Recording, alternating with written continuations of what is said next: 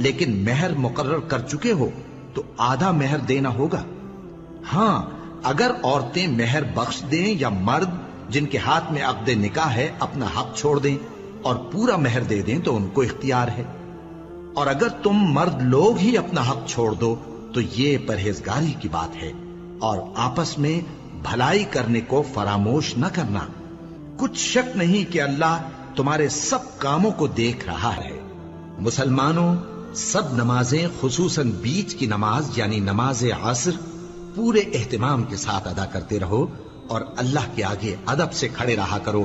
फिर अगर तुम खौफ की हालत में हो तो प्यादे या सवार जिस हाल में हो नमाज पढ़ लो। फिर जब अमन इत्मीनान हो जाए तो जिस तरीक से अल्लाह ने तुमको सिखाया है जो तुम पहले नहीं जानते थे, अल्लाह को याद करो।